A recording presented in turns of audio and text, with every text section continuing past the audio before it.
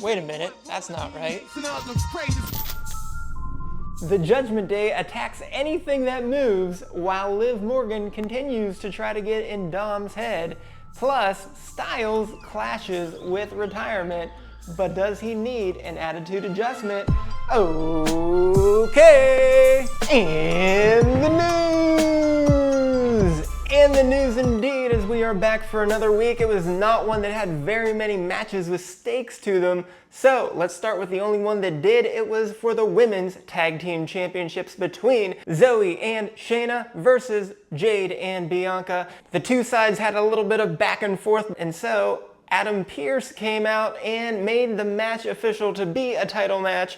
So it was a smart move by Zoe and Shayna, maybe getting Jade and Bianca off of their game, not expecting to have a match that night.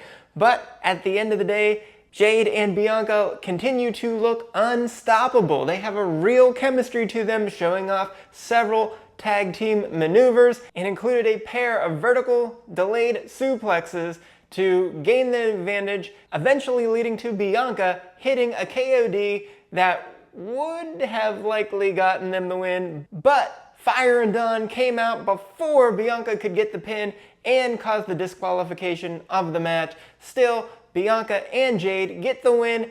That was their second successful title defense, and they go to 4-0 as a team. For Shayna and Zoe, they still have a really good record at 6-2 in traditional tags, so they probably still should be the next in line to get the next title shot. But our match of the week was the first match of the night, kicking off Raw between Sheamus and Ludwig Kaiser. Kaiser focused on Sheamus's injured right knee throughout the match, and it ended up working as Sheamus was unable to try a bro kick, and then later he was unable to complete a white noise off the middle turnbuckle, which Kaiser immediately turned into a roll-up pin for the win. Amazingly, this was just Kaiser's first one-on-one match since January, but he does go to 2-0-1 on the year. For Sheamus, he's quickly dropped to 500, falling 2 in a row to 2-2. Then we had Ricochet versus Braun Breaker in a match that Ricochet really wanted to try to get back at Breaker for his actions over the last couple of weeks. This was a great fast-paced match, but it didn't really last particularly long. Ricochet was able to hit a recoil, but Breaker still kicked out of it. Soon thereafter, Breaker recovered and landed a Frankensteiner off of the turnbuckle, and then hit a spear to get the win. Breaker didn't stop there. He did throw Ricochet out of the ring and threw him against the steel steps, and it looked like he would have kept going, but officials and Ilya Dragunov all came out to stop the attack. For Breaker, he improves to 6-0 in one-on-one matches, while Ricochet has lost 2 out of 3, but is still a very respectable 4-2 in one-on-one matches.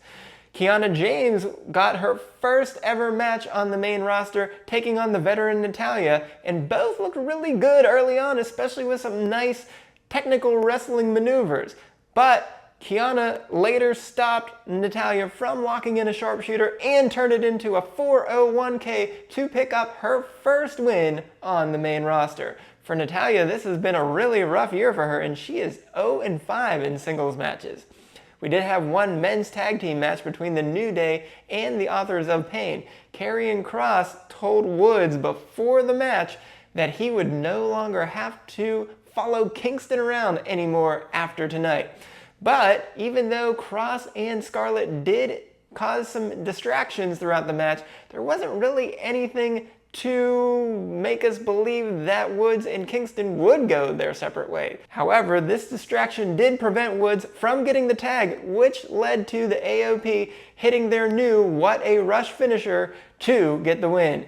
AOP improves to 5-1 in 2024, while the New Day falls to 2-2, 1-1 in traditional tags. Our last 3 matches were all matches dealing with the Judgment Day and the LWO and friends. The first of which was Finn Balor taking on Dragon Lee. Now, Balor controlled the pace for most of this match, but it was when Carlito and McDonough distracted Dragon Lee that it was enough for Balor to land a coup de grace to pick up the win. Balor got his first one-on-one win of the entire year, going to just 1-3, while Lee dropped to 1-2. Secondly, we had Carlito take on Braun Strowman after Priest had told him to force Pierce to have a match between those two on Monday night. Inexplicably, Strowman did attack Carlito before the bell, but it didn't seem to matter as Strowman was able to dominate most of the match, even with both Balor and McDonough coming out to try to cause some distractions.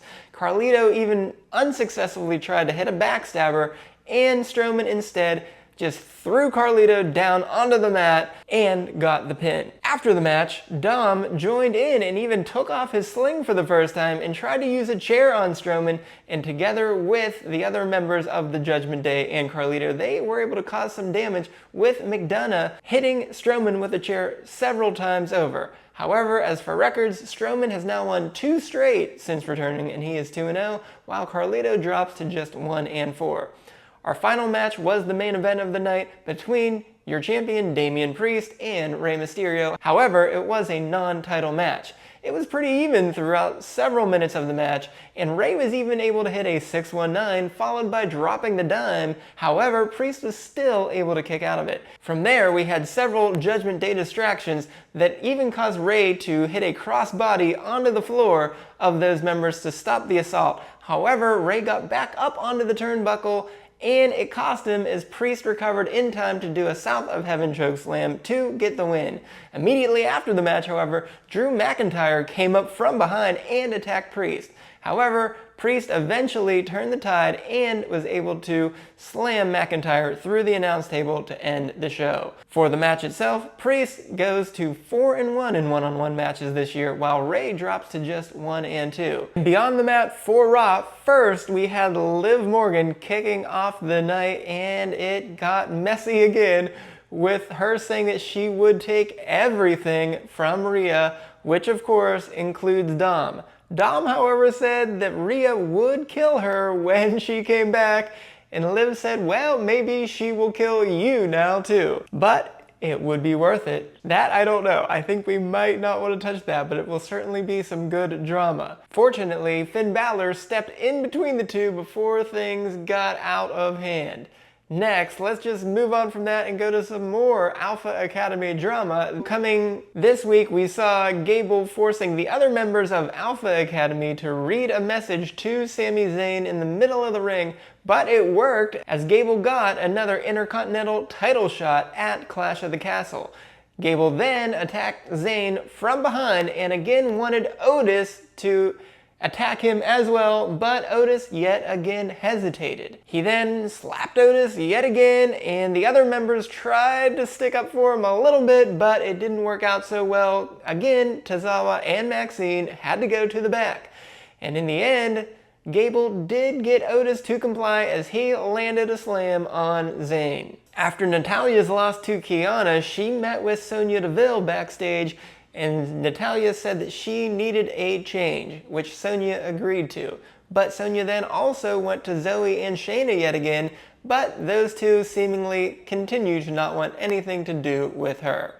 Lastly, Jay and Lyra both appear to be the first participants in the men's and women's Money in the Bank ladder matches coming up in just a few weeks.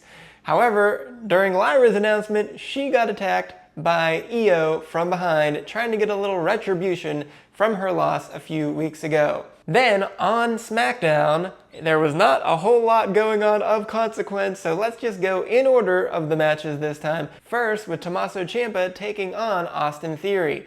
DIY wanted a tag shot, and it seems like these singles matches might be the way for them to get there.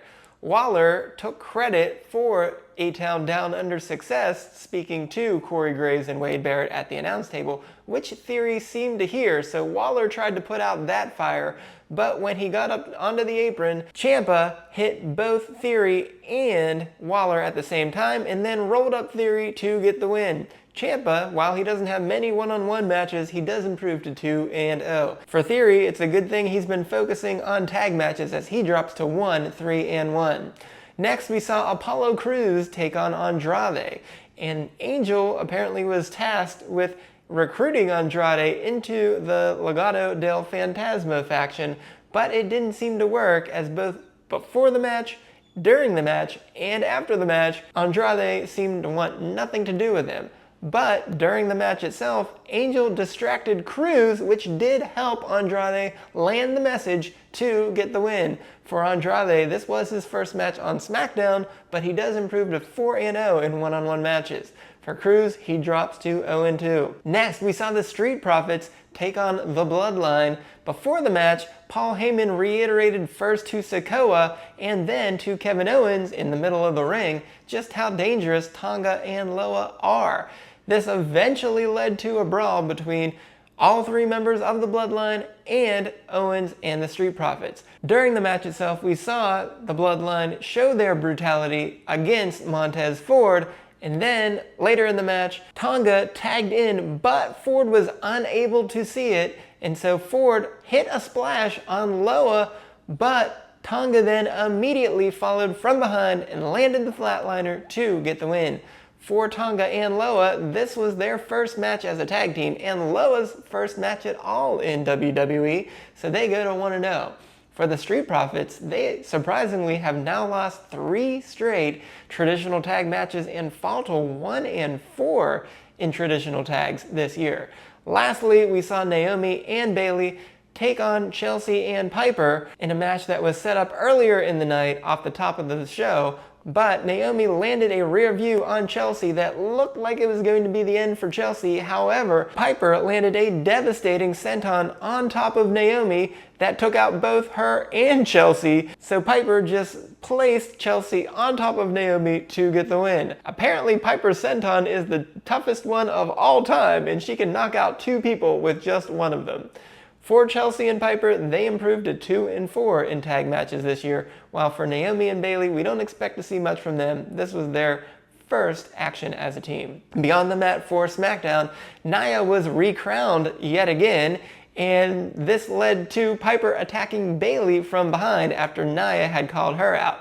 Nia, however, said she does not care who is the champion when she gets her title shot at SummerSlam. Carmelo Hayes later interrupted LA Knight, but Knight caught Hayes in a verbal gaffe, so Hayes yet again proved, this time outside of the ring, that he is not him. Indy confronted Jade and Bianca and confirmed that they had injured Candice during their tag title match a few weeks ago, but the way that she said it seemed to get Jade a little on edge, so I think Indy may have picked a fight that she did not want. But lastly, our main event was AJ Styles faking his retirement. After a very long and beautiful speech about how he just couldn't do it anymore, starting from the bottom to get all the way back up into title contention and even rekindling with the other members of the OC, he then attacked Cody Rhodes off of the steel steps onto the floor to try to get his way right back into #1 contender spot, which I do think is going to work for him. So with that, let's go right to this week's attitude adjustment for the phenomenal AJ Styles. Yes, AJ Styles is one of the greatest in-ring wrestlers of all time, but he had fallen on hard times recently. He is only 1-5 in one-on-one matches in 24, and his only win being against LA Knight in his WrestleMania rematch that did earn him the right to face Rhodes the first time at Backlash. However, it looked like Styles had turned the corner and he spoke plainly and with humility, speaking with Aldis in his office just last week. But it was all proven for naught, it was a ruse, and he just used Rhodes as a prop to injure him and get right back into title contention. So AJ, this one better work, because if you lose this time, maybe you indeed should retire. And with that, let's go to this week's question of the week. Sports Zoo, take it from here. Doc, easy question this week. Shouldn't Rhea be there? Well, that was a short question. It's not a simple or easy one. You expect me to be able to get into those crazy kids' head? No, I don't know about that at all. But I guess if I have to answer this question, my answer is yes, Rhea should be there. It's not like she has all of her bones broken that she can't move. I'm sure she's walking around just fine with her shoulder injury. It's been a couple of months now. Surely it's healed up enough that she's at least able to appear on Monday Night Raw. I don't see why not. And if anything, the rest of the Judgment Day should have her back. But it sounded really weird this week. It sounds like, there are 6 other days in this week. Why are Dom and Rhea not, hanging out like you would expect them to be? I don't get it. Love these days. It's a crazy thing. Who knows? Who knows with these young guys? I just don't know. But for me, I would say, yeah, she should be there. If anything else, she can at least stop Liv before things get started more intensely than they already have these last couple of weeks. So Rhea, please show up, save your relationship with Dom, save the Judgment Day. They need you there. They did have a pretty good week in the ring this week, but it's been a rough go since you've left. Please come back and save this for them. They need all the help that they can get, especially Dom. Well, last week, since we had 3 What Were You Thinkings, we're going to skip it this week and recover a little bit and go right to this week's STFs. And our suspensions, terminations, and fines. We start with SmackDown. It was a light night yet again from them. First, we had Piper taking out Bayley on the ramp and then going into the ring to open the show, and Piper's going to pick up a fine for that attack. Later, we had Apollo Crews attack Angel in the locker room after his match, but the officials quickly broke that one up. But for this unexpected attack, Crews is going to get a 1-week suspension. Lastly, and of course the big one, AJ Styles with that attack on Cody Rhodes to close the show, faking the retirement, hitting him while he had his arm raised in the air, and then throwing him against the steel steps, and then the Styles clash off of the steps onto the floor. That will also get a 1-week suspension. Then on Raw, we start with Chad Gable. He attacked Sami Zayn from behind after Zayn granted Gable his IC title match at Clash at the Castle. Then, after a lot of hesitation and a lot of discussion and hijinks with the Alpha Academy, we did have Otis eventually slamming Zayn to pick up a fine for both him and Gable. We also had Braun Breaker yet again attack Ricochet. This time it was just one attack after the match, throwing him up against the steel steps. Fortunately, officials and Dragunov were there to break it up before anything further could happen, so this is just a fine. We had Fire and Dawn attack Bianca before she was able to pin Zoe Stark during their title match. So for this attack during a championship match, plus the subsequent attack afterwards, they will get a 1-week suspension. But Zoe and Shayna both also joined in later, attacking both Jade and Bianca, so they will get a fine. Io Sky is also getting a 1-week suspension for attacking Lyra Valkyria backstage during an interview in which she was declaring for the Money in the Bank ladder match. And finally, in our normal Judgment Day edition of STFs, we will go match by match. First, in the Balor versus Lee match, we had Carlito knocking Lee off of the top rope during the match, and then afterwards, Balor, and McDonough all attacked the LWO, causing a fine for all 3 of them. In the second match between Carlito and Strowman, we had Balor, McDonough, Carlito, and even Dominic attack Strowman post-match. McDonough also had several devastating chair attacks on Strowman's knee, so he will pick up a 1-week suspension, while Balor, Carlito, and Dom will all just get a fine. Strowman will also have to get a fine this time because he did attack Carlito before the bell, gaining an advantage for the match. And lastly, in the Priest versus Rey Mysterio match, we had Balor and McDonough attacking Lee for no good reason during the match, and then Drew McIntyre joined in the fun after the match, attacking Damian Priest. So Balor, McDonough, and McIntyre are all picking up fines here. So for Balor and McDonough, they both have a trifecta of STFs this week. Jade and Bianca proved yet again to be a nearly unstoppable duo in the ring, but it was everything beyond the matches this week that held everyone's attention in the WWE, with AJ Styles faking his retirement to get one more title shot, while Liv Morgan continued her revenge tour to cause another rift in a potential love triangle with Dominic Mysterio and Rhea Ripley. We'll see how all the drama plays out from here, but until then, I'm Dr. O'Kay reporting on the WWE, where everything is okay.